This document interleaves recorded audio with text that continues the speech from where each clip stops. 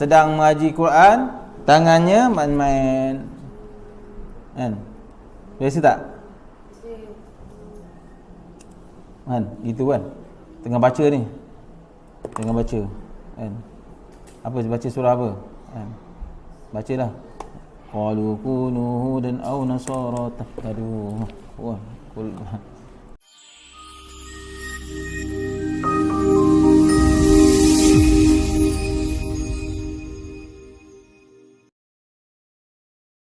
Wa na'udzu billahi min syururi anfusina wa min sayyiati a'malina man yahdihillahu fala mudilla lahu wa man yudlil fala hadiya lahu. Asyhadu an la ilaha illallah wahdahu la syarika lahu wa asyhadu anna Muhammadan abduhu wa rasuluhu wa safiyuhu min khalqihi wa habibuhu addal amanah wa ballagha risalah wa nasaha al ummah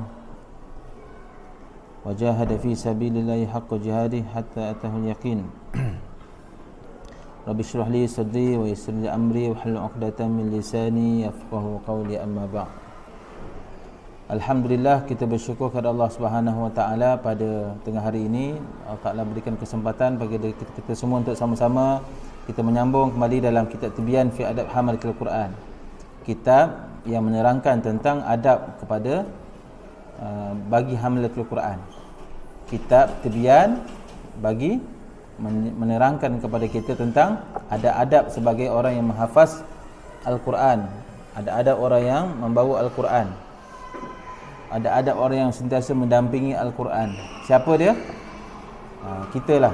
Kita yang bergelar orang Islam, kita yang bergelar penuntut ilmu Al-Quran, apatah lagi wajib memahami dan menghayati apakah ada adab kita dengan Al-Quran yang perlu kita jaga.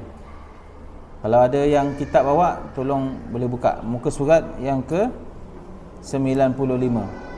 Jadi insya-Allah selepas daripada ini, jika tidak ada aral, setiap hari Selasa bawa buku ni. Ustaz akan ada kelas dengan ataupun kuliah hari Selasa tengah hari ini dengan kitab ini, Tibyan fi Adab Hamalatul Quran. Jadi masing-masing pastikan bawalah supaya tak tertinggal dan tak dah hanya mendengar saja, boleh tengok lagi tentang kitab tersebut. Baik, kita lihat pada fasal yang ke-205. Allahumma salli ala Muhammad. Dan daripada perkara-perkara yang patut diambil berat dengannya dan sangat dituntut dengannya ialah menghormati Al-Quran daripada perkara-perkara yang kadang-kadang dipandang mudah padanya. Dalam bab yang fasal yang ke-205 ini ditekankan, dituntut kepada orang yang dia nak menghormati Al-Quran, dia mestilah tidak boleh memandang mudah kepada perkara-perkara, iaitu apa dia? Oleh sebahagian qari yang lalai ketika mana mereka membaca secara berhimpun beramai-ramai. Ada perkara yang kalau kita baca ramai-ramai, kadang kita leka, kita lalai, kita cuai bila mana kita sedang membaca Al-Quran secara beramai-ramai. Maka di antara demikian ialah menjauhi gelak ketawa. Menjauhi gelak ketawa, terutamanya bila mana kita tengah membaca Al-Quran beramai-ramai kan. Baca beramai-ramai ni, ada yang gelak ketawa. Bila tengah ada orang baca Quran, kita gelak ketawa, tak memberi perhatian. Maka itu antara perkara yang perlu kita elakkan, gelak ketawa ketika mana sedang membaca Al-Quran, dan membuat bising kan. Kawan kita tengah baca kumpulan, time itulah dia usik kawan, usik geletik kawan tu. Maka perbuatan ini termasuk dalam perbuatan yang tidak menghormati Al-Quran. Tidak apa? Menghormati Al-Quran. Bercakap-cakap di celah-celah bacaan kan. Tengah baca, terutama macam kita lah, baca Yasin kan, tahlil kan, tengah baca Yasin tu, tengah baca usik kawan. Tengah baca al-yauma nakhtimu ala gelak-gelak kan. Lepas tu usik kawan, tolak kepala kawan dan sebagainya. Kawan tu geram balas balik dan sebagainya. Waktu tu tak boleh dikatakan menghormati Al-Quran. Melainkan percakapan yang terpaksa dan hendaklah ia mematuhi. Melainkan bila mana terpaksa saja barulah kita cakap, ada keperluan barulah kita bercakap. Kalau tak ada keperluan, jangan bermain-main ketika mana sedang membaca Al-Quran. Sebagaimana firman Allah Ta'ala, wa idza quri'al Qur'an fastami'u lahu wa ansitu la'allakum turhamun. Dan apabila dibacakan Al-Quran, dibacakan Al-Quran, ini istilah pada ayat, apabila Al-Quran itu dibacakan. Apa maksud bila Al-Quran itu dibacakan? Ada orang lain baca, kita dengar. Dan ada orang lain yang baca, kita dengar. Maka dengarlah akan dia serta diamlah. Kita biasa dengar orang baca Quran, apa kita buat? Dengar. Oh, dengar Dengar sambil tawa kan. Dengar sambil buat ni. Tak boleh. Maka hendaklah kita diam dengan sebulat-bulat ingatan untuk mendengarnya. Ada setengah orang bila dengar baca ayat Quran, ada ayat Quran didendangkan, tak dengar ada kan, tak dengar betul-betul apa ayat tu yang nak sampaikan, supaya kamu beroleh rahmat, supaya kita mendapat rahmat daripada Allah Subhanahu Wa Taala. Dan hendaklah mengikuti dengan apa yang diriwayatkan oleh Ibnu Abi Daud daripada Ibnu Umar radhiyallahu anhuma, annahu kana idza qara'a al-Qur'an la yatakallamu hatta yafrugha mimma arada an yaqra'ahu. Rawahu al-Bukhari fi sahihi wa qala lam yatakallam hatta yafrugha minhu. Bahawasanya adalah Ibnu Umar radhiyallahu anhu, apabila ia membaca Al-Quran, maka tidaklah ia bercakap sehingga selesai daripada apa yang ia kehendak membacanya. Nampak tak? Adab yang dilakukan oleh Ibnu Umar. Ibnu Umar siapa? Abdullah bin Umar, anak kepada Sayyidina Umar Al-Khattab. Apa amalan dia? Bila dia dah start baca Al-Quran, takkan dia berhenti melainkan tempat yang dia dah plan nak berhenti. Ada orang lain nak jumpa, ada urusan, sekejap tunggu. Dia nak habiskan dulu. Habiskan dulu. Semua juga macam ni, tiba-tiba ada kita tengah baca, kawan kita datang nak minta apa, habiskan dulu. Jangan tengah baca sikit tak habis lagi ayat, terus kita berbual dengan kawan kita. Habiskan dulu ayat yang sedang kita baca tadi, paling tidak pun. Ataupun kalau kita plan nak baca satu muka surat, habiskan satu muka surat dulu, barulah bercakap dengan orang lain dan sebagainya. Atau paling tidak pun sempurnakan ayat yang kita nak baca tu. Sempurnakan ayat yang kita sedang baca tu. Habiskan dulu, barulah kita bersembang ataupun cakap dengan orang lain. Boleh? Faham sangat ni? Tu adab kita, adab. Adab kita dengar Al-Quran. Dan diriwayatkan oleh Bukhari di dalam sahihnya, dan berkata ia tidak bercakap ia sehingga selesai daripadanya. Ia menyebutnya di dalam kitab At-Tafsir pada ketika mentafsir firman Allah Subhanahu Wa Taala, nisa'ukum harthul lakum, isteri-isteri kamu adalah sebagai kebun tanaman kamu. Dan di antara demikian, ada orang call. Dan di antara demikian, patut dijauhi juga ialah bermain-main dengan tangan dan lain-lainnya. Ini juga termasuk sedang mengaji Quran, tangannya main-main kan? Biasa tak? Kan? Gitu kan? Tengah baca ni, tengah baca kan? Apa baca surah apa kan? Bacalah qalu kunu hudan aw nasara tahtadu. Wah, gitu kan baca kan? Tengah main-main. Maka hendak dikatakan, dan di antara demikian patut dijauhi juga ialah bermain-main dengan tangan dan lain-lainnya. Bermain-main dengan tangan, aduh tak boleh bunyi. Bermain-main bunyi-bunyi kan ni sama juga ni. Bunyi-bunyi kan?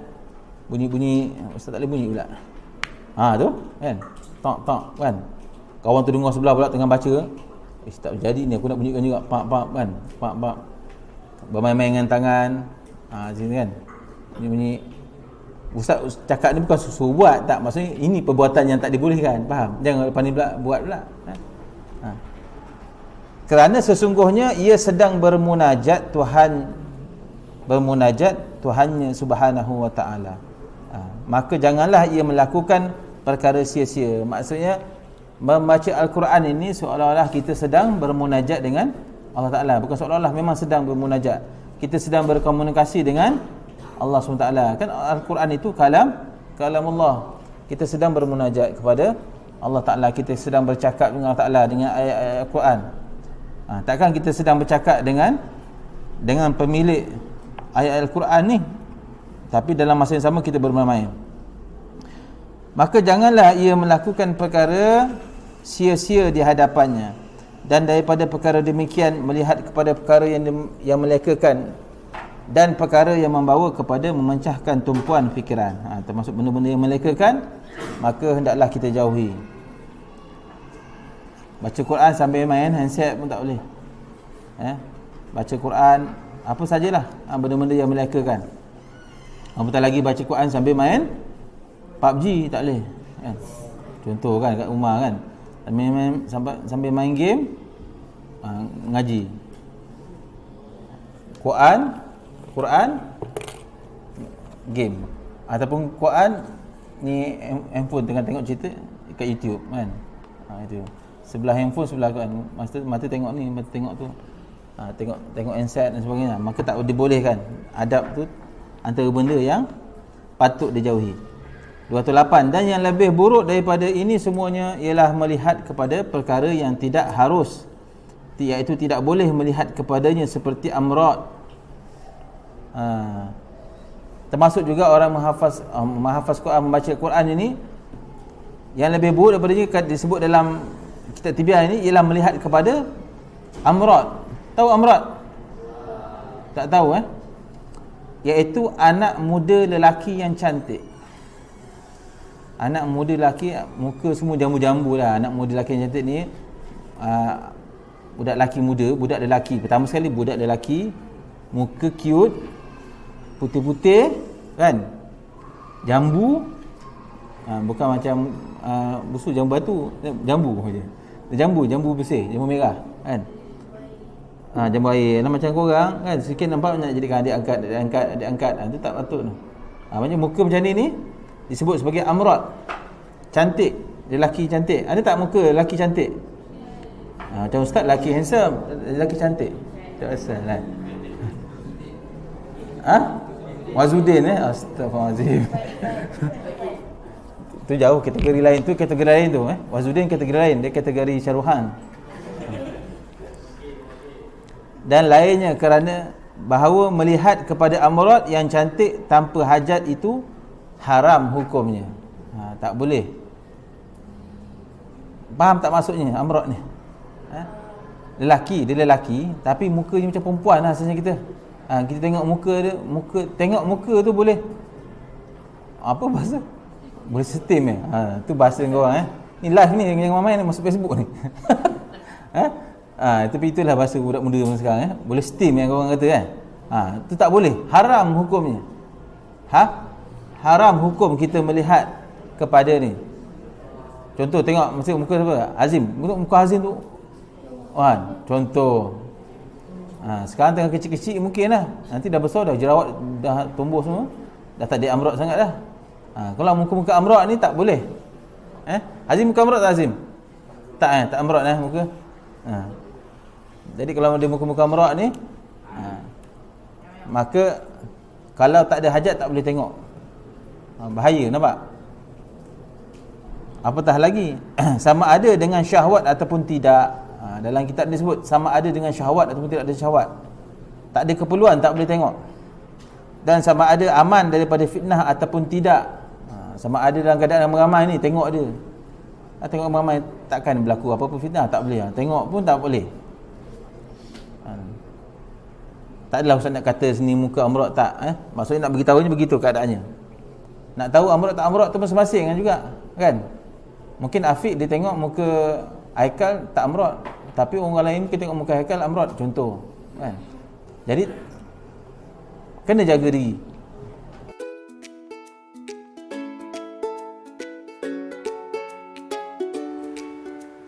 Terima kasih kepada semua para penyumbang. Syukran jazilan katsira. Jazakallahu khairal jaza.